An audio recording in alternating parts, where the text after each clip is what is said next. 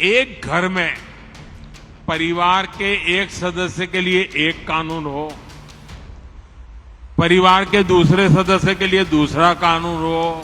पूरे जो Islamic references है उसको वो इलीगल ट्रीट करेंगे और पूरे हिंदू प्रैक्टिसेस को प्रधानमंत्री अंडर द लॉ प्रोटेक्ट कर लेंगे। Uniform civil code, one nation one law. Uniform civil code, one civil code, common to all. Imagine a country where laws are same for everyone, irrespective of their caste, creed, sex and most importantly, religion. हालांकि भारत जैसे देश में ये थोड़ा सा मुश्किल है क्योंकि India is very vast country, rich in culture, religion, authenticity, social customs और यहाँ religion is the top tier priority for everyone. लेकिन ऐसा नहीं है कि भारत में यूनिफॉर्म सिविल कोड लागू करने के बारे में किसी ने सोचा नहीं. In the year 1948, when the Indian Constitution was being framed, Uniform Civil Code was a topic of debate between people. Constituent Assembly was divided over Uniform Civil Code. बहुत बहस थी कि देश में सभी के लिए एक जैसा कानून होना चाहिए, लेकिन अगर सभी के लिए एक जैसा कानून होगा तो लोगों की धार्मिक भावनाएं आहत हो सकती है. Hindu, orthodox, Muslim, fundamentalist and other minorities in India oppose this reform. कहा गया कि ये यूनिफॉर्म सिविल कोड के तहत संविधान काम करे तो धर्म को खतरा हो सकता है, सोशल अनरेस्ट हो सकता है. काफी समय तक जारी बहस के बाद अंत में ये कहा गया कि आगे जाकर हम यूनिफॉर्म सिविल कोड लागू कर लेंगे तब जब भारत के लोग इसके लिए तैयार हो जाएंगे. लेकिन क्या कभी भारत के लोग इसके लिए तैयार होंगे? आज पूरी बहस इसी पर है. Hello, you are watching Uncut and I am Ashish Singh with you. For starters, let's just understand what is Uniform Civil Code. The Uniform Civil Code calls for the formulation of one law for India which would be applicable to all religion communities in matters such as marriage, divorce, inheritance, adoption.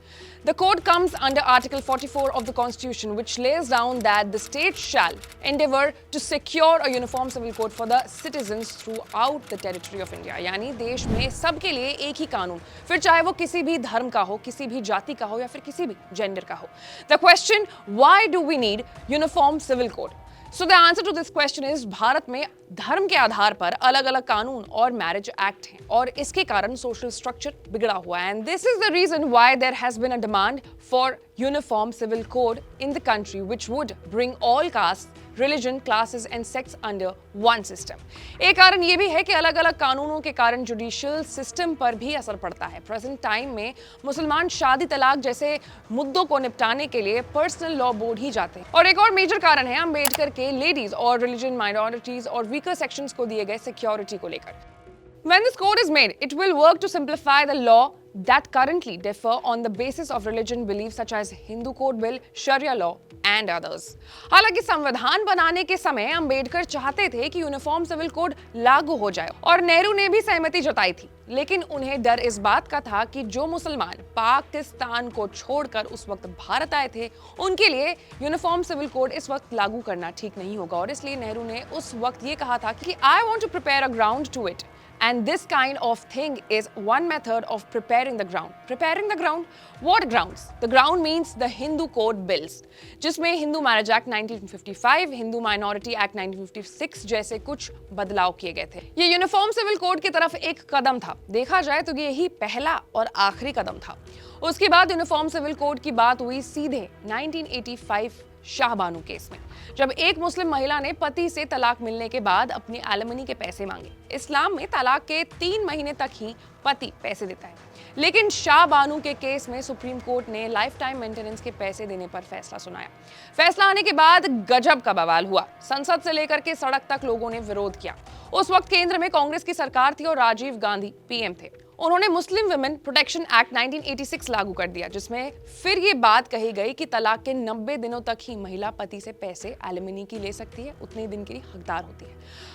अब ऐसी बात नहीं है कि अगर uniform civil code लागू होता है तो इससे सिर्फ मुसलमानों को ही दिक्कतें होंगी. हिंदू कोड बिल्स पर भी इसका बहुत असर पड़ेगा. इसलिए एक बार यूनिफॉर्म सिविल कोड के प्रोज और कॉन्स को नोट करना जरूरी हो जाता है. सबसे पहले अगर बात करें प्रोज के बारे में तो uniform civil code will give equal status to all citizens, gender equality, a boost to national integrity, bypass existing personal laws, accommodate the aspiration of the young generation.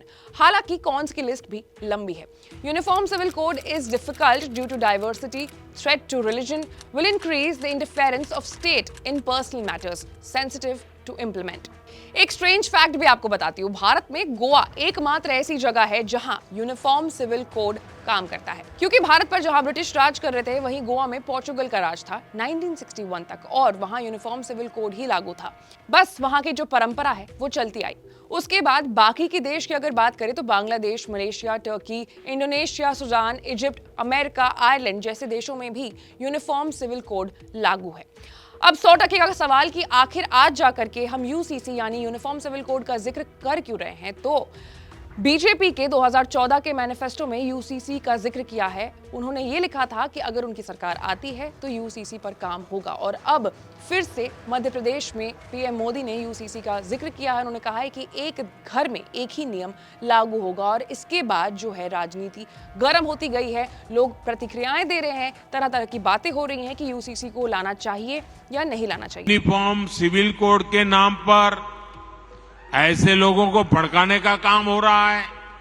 एक घर में परिवार के एक सदस्य के लिए एक कानून हो, परिवार के दूसरे सदस्य के लिए दूसरा कानून हो, तो क्या वो घर चल पाएगा? क्या कभी भी चल पाएगा क्या? पूरे जो इस्लामिक रेफरेंसेस है प्रैक्टिसेस के, उसको वो इलीगल ट्रीट करेंगे और पूरे हिंदू प्रैक्टिसेस को प्रधानमंत्री अंडर द लॉ प्रोटेक्ट कर लेंगे। हालांकि यूसीसी से जुड़े हर एक अपडेट से आपको अपडेटेड रहने के लिए आपको अनकट को लाइक, सब्सक्राइब और शेयर करना होगा। मैं थी आपके साथ आशीष सिंह।